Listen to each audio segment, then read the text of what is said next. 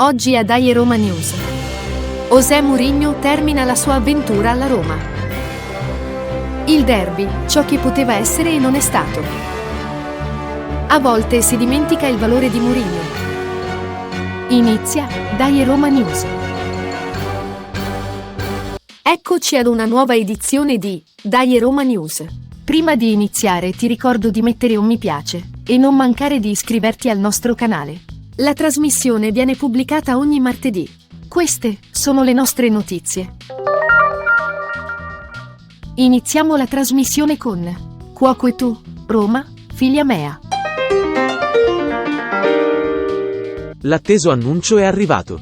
José Mourinho ha terminato la sua avventura alla Roma. Questa decisione è stata dettata dai deludenti risultati della squadra giallorossa sotto la sua guida. Mourinho è stato accolto con entusiasmo dai tifosi romanisti, ma la sua esperienza è stata contrassegnata da alti e bassi. La squadra ha subito sconfitte e mancato di costanza. La dirigenza ha preso questa difficile decisione nell'interesse del club. Ora la Roma cerca un successore adatto per riportare la squadra al successo. Mourinho, nonostante le sfide recenti, rimane un manager rispettato a livello mondiale. In sintesi, la storia di Mourinho alla Roma si conclude con alti e bassi. Ora il club e l'allenatore guardano al futuro, sperando di ritrovare il successo. Questo potrebbe essere il testo adatto alla separazione tra la Roma e José Mourinho, che noi potremmo leggere a giugno del prossimo anno. Sarà possibile arrivare a questa decisione? Ad oggi probabilmente la decisione sarebbe questa. Ci sono ancora 7 mesi per vedere un finale diverso. E allora, Cuoco e tu, José Mourinho, figli mi? Riuscirai a cambiare in tempo questi maledetti presagi? Grazie, e alla prossima. Sei un appassionato di calcio e vuoi sapere tutto sulla Roma? Dai Roma News è il canale che fa per te. Qui troverai notizie, approfondimenti, interviste e molto altro. E sarai aggiornato su tutto quello che succede alla Roma e sul mondo giallorosso.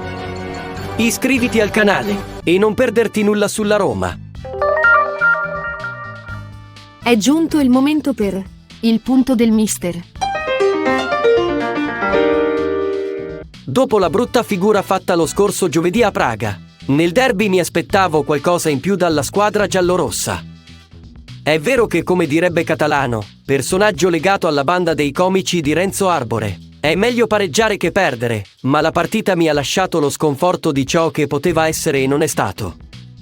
Mi sarei aspettato più voglia di lottare, più voglia di rischiare, invece è prevalsa solamente la volontà di non perdere. Detto ciò, vediamo i protagonisti dell'incontro. Rui Patricio, una volta tanto ha fatto il suo. Ottimo intervento sull'unico pericoloso tiro effettuato da Romagnoli. Karsdorp continua imperterrito a saper passare la palla solamente indietro a Mancini. Ogni volta che cambia idea lanciandola in avanti, il pallone lo consegna agli avversari, ed ecco perché la passa sempre indietro. Purtroppo solo a lui sono capitate le occasioni migliori, inutile dire cosa sia accaduto. Lukaku, avere un calciatore così forte e non riuscire a passargli un pallone che sia degno di nota, è veramente un peccato mortale. Dybala, il nostro Paolino mi ha fatto sorgere un piccolo dubbio, ma forse il fatto che non abbia mai provato a tirare in porta, anche avendone avuto l'opportunità, sia stato dovuto al timore di potersi procurare un infortunio, da rischiare poi di non essere convocato in nazionale. Mourinho, caro mister, come ben sa, io continuo a difenderla per tutto quello che ci ha dato e ci darà. Ma a un appunto mi sento di farlo.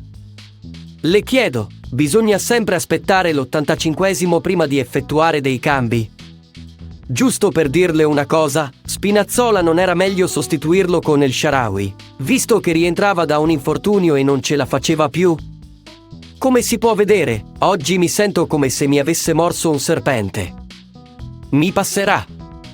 E come sempre forza Roma! Do la parola al commento di Parla Pasquino. Alzi la mano chi alla fine del primo tempo, e poi al termine della partita contro lo Slavia Praga, non abbia pensato che Mourinho avesse sbagliato ancora una volta a puntare solo su un pareggio, ovvero a lasciare il gioco in mano agli avversari, ed a sperare in un colpo gobbo del suo migliore giocatore, Lukaku. Poi al termine della partita, mentre lo stesso Mourinho riceveva tutti gli insulti del mondo romanista, arriva in conferenza stampa e la prima cosa che dice è: non mi è piaciuto niente.